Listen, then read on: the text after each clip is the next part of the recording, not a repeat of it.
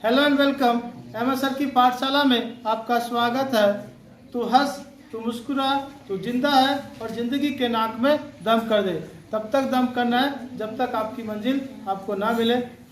तो मंजिल तब मिलती है या मंजिल उन्हीं को मिलता है जिसके माथे से टपकते हैं पसीना। चलिए थोड़ी टपकाते हैं पसीना। और क्लास 8 का जो इतिहास का चैप्टर है वह जो एमसीक्यू सीरीज चल रहा है, आज छठा सीरीज आपके पास उपलब्ध है। कुछ इंपॉर्टेंट क्वेश्चंस हैं। इसी तरह जब तक चैप्टर समाप्त नहीं होगा आपके पास क्वेश्चंस आते रहेंगे। आप सभी राइट डाउन करके लिखते जाइएगा। एमसीक्यू की ज़माना है भाई, तो इसके लिए आपको थोड़ा मेहनत करना पड़ेगा। तो शुरू करते हैं। क्वेश्चन है कि रानी चेन्नम्मा कहाँ की रानी थी। तो आपको पता है कि ईस्ट इंडिया कंपनी के अधिकारी लोग क्या करने लगे थे, भारतीय प्रांतों पर अपना अधिकार जमाना शुरू किया। अब इसी बीच में उनसे मुलाकात हो गया। भारत की एक बहादुर योद्धा जो थी रानी चेन्नम्मा, उससे भिड़ गया ईस्ट इंडिया कंपनी। तो रानी चेन्नम्मा ने कहा मैं तुमसे कम नहीं हूँ, वह भी भिड़ गई और ईस्ट इंडिया कंपनी के साथ मरते दम तक अपनी ज़मीन को छूने नहीं दी। तो प्रश्न था कि रानी चेन्नम्मा कहाँ की रानी थी। तो ये कित्तूर की रानी थी। कित्तूर, इसका आंसर है रानी चेन्नम्मा कहाँ की रानी थी, कित्तूर की रानी थी। अगला प्रश्न है अंग्रेजों ने पंजाब पर कब अधिकार किया। तो वह वर्ष था 1849। 1849 ईस्वी में अंग्रेजों ने पंजाब पर अधिकार कर लिया। थोड़ा सा पंजाब के बारे में जानते हैं। तो पंजाब में एक व्यक्ति थे, एक बहुत ही परिचित राजा, जिनका नाम था रणजीत सिंह। जब तक ये जिंदा रहे तब तक तो ईस्ट इंडिया कंपनी का उस क्षेत्र में दबदबा नहीं हो पाया। लेकिन इनकी मृत्यु के बाद इनके जो भी आए उत्तराधिकारी वो कमज़ोर थे और ईस्ट इंडिया कंपनी के लोग धूर्त थे, चालाक थे, धोखेबाजी से या किसी भी तरीके से फिर पंजाब को ईस्ट इंडिया कंपनी में मिला लिया। तो आपको याद रखना है कि रणजीत सिंह पंजाब प्रांत के प्रमुख राजा थे और पंजाब को कब मिलाया गया, 1849 ईस्वी में। आगे बढ़ते हैं। अब बोलते हैं कि किसने विलय या राज हड़प की नीति का सहारा लेकर भारतीय प्रांतों को ईस्ट इंडिया कंपनी में मिलाना शुरू किया।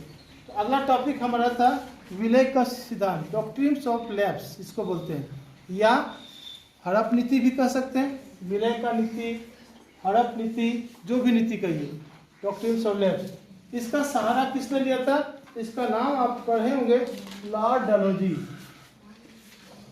लॉर्ड डलहौजी। तो लॉर्ड डलहौजी ने क्या किया, विलय का सिद्धांत या डॉक्ट्रिन्स ऑफ लैप्स या राज हड़प नीति का सिद्धांत लागू किया था। इसके तहत उसने बहुत सारे प्रांतों को ईस्ट इंडिया कंपनी में मिलाना शुरू किया था। तो क्वेश्चन आया, सर्वप्रथम किस भारतीय राज्य को हड़प नीति के तहत ईस्ट इंडिया कंपनी में मिलाया गया था। तो इसका आंसर था सतारा। आंसर था सतारा। तो सतारा को सबसे पहले ईस्ट इंडिया कंपनी ने हड़प नीति के तहत या विलय की नीति के तहत हड़पा था। लेकिन कब, इसका वर्ष तो जरूर होगा कुछ। इसका वर्ष था 1848 में।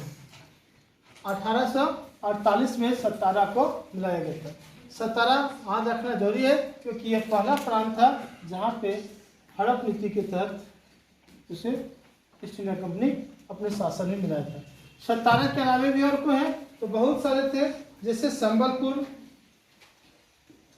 एक है संबलपुर, उसके बाद आता है उदयपुर, संबलपुर, उदयपुर, झांसी भी इसी में आता है, नागपुर और झांसी। वही खूब लड़ी मर्दानी थी, वह झांसी वाली रानी थी, तो वही झांसी। अब संबलपुर को कब मिलाया, तो 1848 में सतारा को उसके अगले वर्ष में मिलाया था 1849 में। 1849 संबलपुर चला गया। उदयपुर उसके कुछ वर्षों के बाद ये 1852 में गया था। नागपुर 54 में। और आपको पता है कि झांसी 1857 की क्रांति के आसपास में, या 1857 क्रांति के बाद, क्योंकि इनका अपना कोई बेटा नहीं था और गोद लिए बेटे को वैल्यू नहीं दिया, इसके बहाने झांसी पर अटैक कर दिया। यह जब तक उनके हाथों में जान ताकत रहा, शरीर में जान रहा, तब तक वह लड़ी थी अंग्रेजों के खिलाफ। तो 1857 की क्रांति के बाद कर सकते पूर्णतः अधिकार में चला गया था। तो इसमें यह दे सकते कि पहला कौन, दूसरा कौन, तीसरा कौन, चौथा कौन। इस सीरीज में भी आपको ये क्वेश्चन दे सकता है कि कौन कौन मिलाया गया था। चलिए अगले क्वेश्चन पे चलते हैं। अब हड़प नीति तो हो गया भाई, राज मिला रहा था, इसको यहाँ कर दिया गया। अगला क्वेश्चन है, कुशासन का आरोप लगाकर किस भारतीय प्रांत पर अंग्रेजों ने अपना अधिकार जमाया था। तो कुशासन लगाया था, कुशासन का आरोप लगाया था अवध पर। मतलब कि आपको शासन करने नहीं आता है, कि हम तो आपके बदले शासन कर देंगे। इसका आंसर है अवध। अब कब था भाई, तो अवध को कब मिलाया गया था, तो लगभग 1856 ईस्वी में। 1856 में अवध को बोला गया, बाबू आज से तुम मेरे ईस्ट इंडिया कंपनी में हो, तुम स्वतंत्र राजवाड़ा नहीं हो। अब इतने सारे प्रांत को जब मिलाया गया तो वे तो नाराज होंगे, और फिर आया क्रम 1857 की गदर या क्रांति, जिसकी चर्चा नेक्स्ट वीडियो में होगी। तब तक हम लोग आगे बढ़ते हैं। अगला क्वेश्चन था कि भारत का पहला गवर्नर जनरल बनने का सौभाग्य किसे प्राप्त हुआ। तो आपको पता है कि ईस्ट इंडिया कंपनी जो प्रमुख होता था, पहले बंगाल प्रांत का गवर्नर कहलाता था, फिर बंगाल का गवर्नर जनरल आया, और उसके बाद आया भारत का, जो पूरे भारत पर अधिकार हो गया। पहले बंगाल पर अधिकार हुआ था, बंगाल के बाद अधिकार हुआ भारत पर। तो भारत का पहला गवर्नर जनरल कौन था, ये हमारा क्वेश्चन है। ये जरूर याद रखिएगा। ये गौरव प्राप्त हुआ था उसे वारेन हेस्टिंग बोलते हैं, वारेन हेस्टिंग,